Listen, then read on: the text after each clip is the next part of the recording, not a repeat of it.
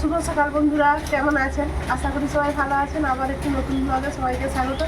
এখন সকাল 8টা বাজে, বৃষ্টি হচ্ছে, ভোর থেকে বৃষ্টি হচ্ছে। আর আজ আমাদের নখ কাটা, আমাদের যে নাতনি হয়েছিল, আজ আমাদের নখ কাটতে যাচ্ছি। এসে অনেক দিন ঠাকুর জল পাইনি, আজকে এসে ঠাকুর পূজা করবো। আর আপনারা ভিডিওটা প্রথম থেকে শেষ অবধি দেখবেন, আশা করি সবার ভালো লাগবে। নখ কাটতে যাচ্ছি, বৃষ্টি হতেই আছে, থামবারই নাম নেই।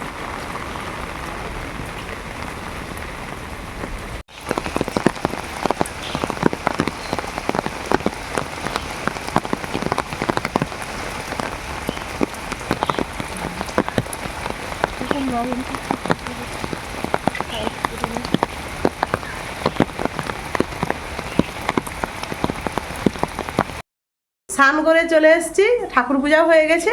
এবার একটু মুড়ি খাওয়ার কিছু জোগাড় করি। বৃষ্টি তো হতে আছে, ইচ্ছা হচ্ছে একটু চপ বানাই, দেখা যাক চলুন কি করা যায়। পাশে ডিম বসিয়েছি, আর এক পাশে আলু সিদ্ধ হতে থাক, কতক্ষণ আমি আদা রসুন পেঁয়াজ ছাড়িয়ে নিই।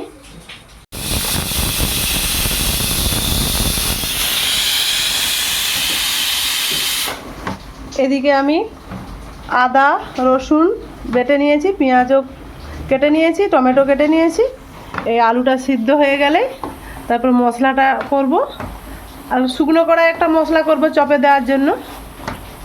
4টে শুকনো লঙ্কা নিয়েছি, একটু জিরে দিব, ঘরোয়া মশলা।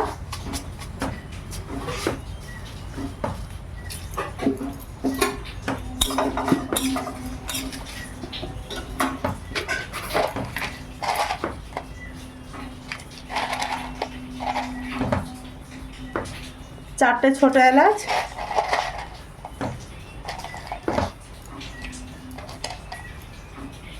লং 4টে, আর দারুচিনি।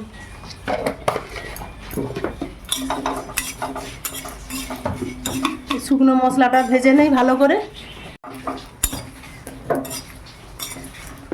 মশলাটা খুব সুন্দর ভাজা হয়ে গেছে, গ্যাসটা নিভিয়ে দিয়েছি। ঠান্ডা হলেই গুঁড়িয়ে নেব। আলুগুলো কুকার থেকে ঢেলে নিয়েছি, একটু ঠান্ডা হোক তারপর ছাড়িয়ে নেব। মশলাটা একটু গুঁড়ো করে নেই। আলু ঠান্ডা হয়ে গেছে, এবার ছাড়িয়ে নেই।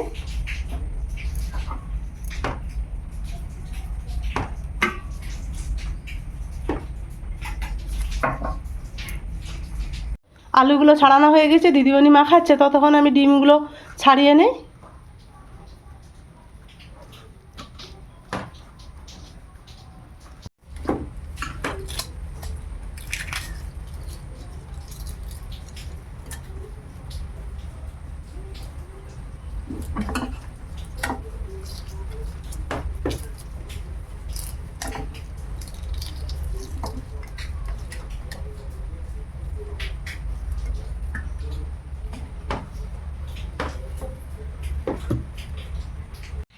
ডিমের চপ করবো যেহেতু, ডিমগুলো তো ছাড়িয়ে নিয়েছি, এবারে কেটে নেই সুতো দিয়ে।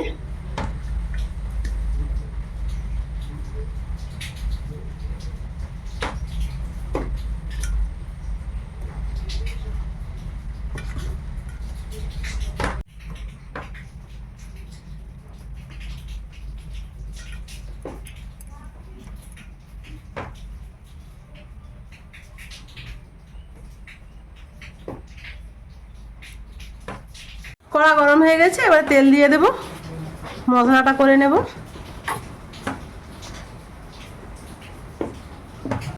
তেলটা গরম হয়ে গেছে, এবারে পেঁয়াজ দিয়ে দেব। পেঁয়াজ আর টমেটো দুটোই একসঙ্গে দিয়ে দেব।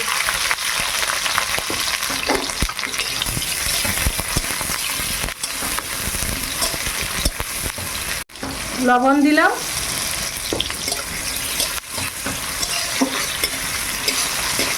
কি বলুন তো বন্ধুরা, আমরা না কিছু চাইলেও না আমরা খেতে পারবো না। আমাদের ঘরটা এমন একটা জায়গায়, বাজারটা অনেকটা দূরে। এই বর্ষাকাল, রাস্তা এতটাই খারাপ যে কিছু নিয়ে এসে খেয়ে নেবো, একটা তেলে ভাজা বা পরোটা বলুন কিছু, সেসব আমাদের উপায় নেই। ছেলে বাড়িতে এসছে, ছেলে তো একটু পরোটা খেতে চাইছিল, কিন্তু যাবে কি করে। বৃষ্টি হচ্ছে সকাল থেকে, রাস্তাও খুব খারাপ, যে যতক্ষণ না বৃষ্টিটা বন্ধ হয় যেতেও পারছে না।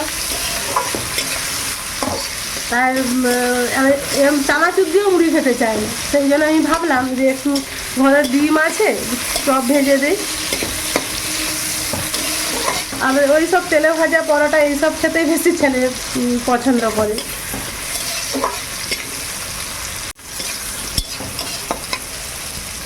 পেঁয়াজটা ভাজা হয়ে গেছে, এবার আদা রসুন বাটাটা দিয়ে দিলাম।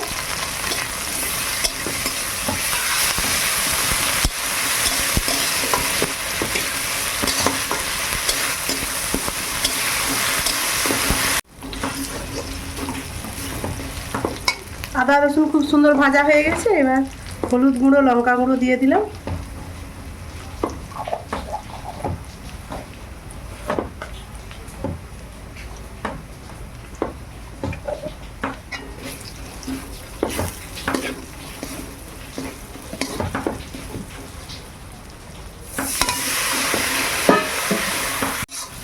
মশলাটা খুব সুন্দর ভাজা হয়ে গেছে, এবার আলুটা দিয়ে দিই।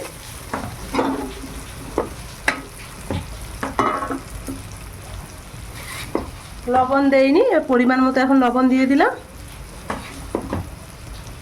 আলু মাখানোর সময় লবণটা দিয়ে দিলে ভালো হতো, কিন্তু দেওয়া হয়নি।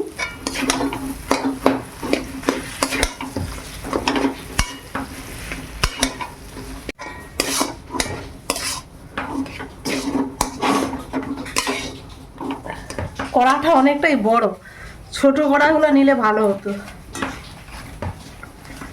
মশলাটা ভেজে নিয়েছি, এইবার যে মশলাটা গুঁড়ো করে রেখেছিলাম, শুকনো গুঁড়ো মশলা, সেটা দিয়ে দিলাম। এই মশলাটাই চপের স্বাদ দ্বিগুণ করে দেবে।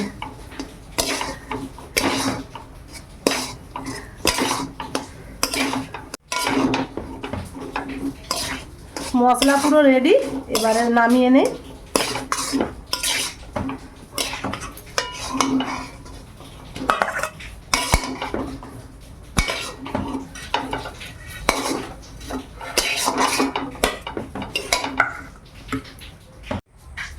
আগে ডিমের চপটা করবো তো, 10টা বেজে গেছে, ছেলেকেও খিদা লেগে গেছে, আমাকেও খিদা লাগছে, তাই দিদিমণিকে বললাম তুমি করো, একটু বেসনটা মাখিয়ে দাও। আর আমি গ্যাস ধরিয়ে কড়া বসিয়ে দিয়েছি, তেল কড়া একটা রেডি।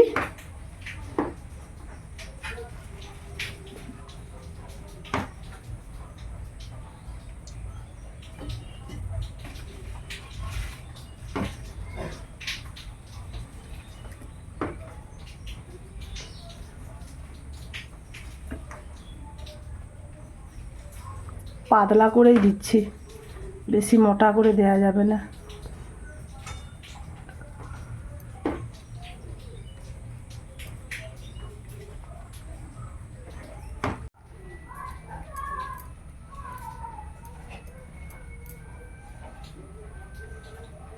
সবগুলো হয়ে গেছে, এবার কটা আলুর চপ করে নিই।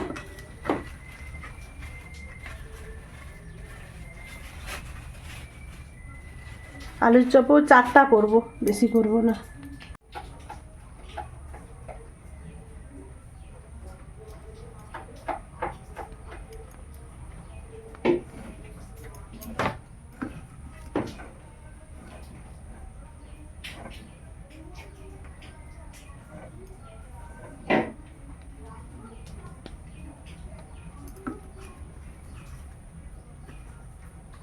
এই মশলাটা থাকবে, পরে করব, এখন অনেকগুলোই হয়ে গেছে, বেশি আর করা যাবে না।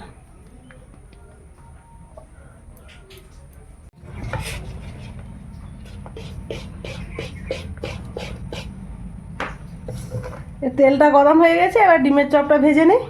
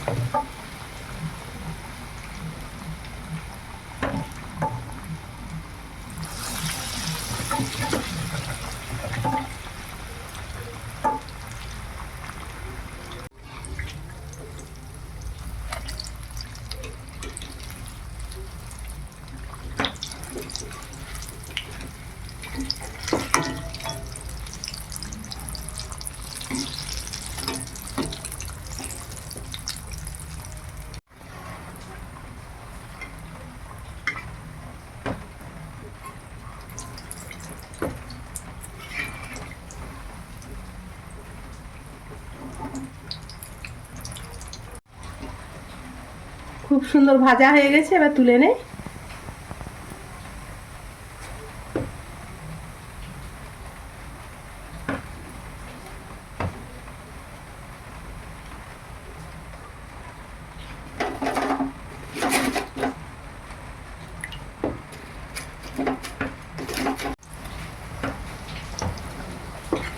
এই 4টা আলুর চপ ভাজা হয়ে গেলে বাবা ছেলেকে খেতে দিয়ে দেবো। বাকি যে 3টা ডিম আর ডিমের চপ হবে ভেজে আমি খাবো, আমি একটা খাবো। ওগুলা ভেজে আগে খেতে দেই এদেরকে। আলুর চপগুলো কি সুন্দর ফুলেছে দেখুন, খুব সুন্দর হয়েছে, লাল লাল হয়ে গেছে। এবারে তেল থেকে তুলে নেব।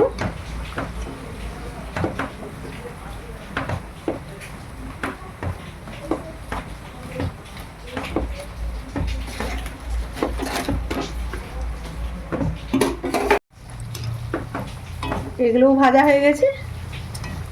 শেষে এই 3টে ডিমের চপ ছাড়ছিলাম, ভাজা হয়ে গেছে, তুলে নিই।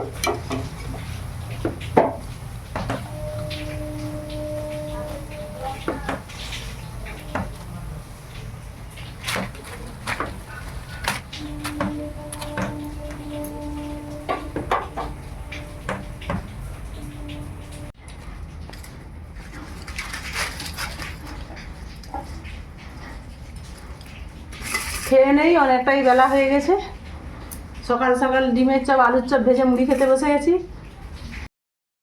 আমি ঘন্টুকে ডাকলাম, ঘন্টুও আসলো, আমি আর ঘন্টু খাচ্ছি, ওরা বাবা ছেলে খেয়ে নিয়েছে। আর বন্ধুরা, ভিডিওটি যদি ভালো লেগে থাকে আপনারা লাইক কমেন্ট শেয়ার করবেন, সাবস্ক্রাইব করবেন, আমার পাশে থাকবেন। আজকের মতো আসছি, সবাই ভালো থাকুন, সুস্থ থাকুন।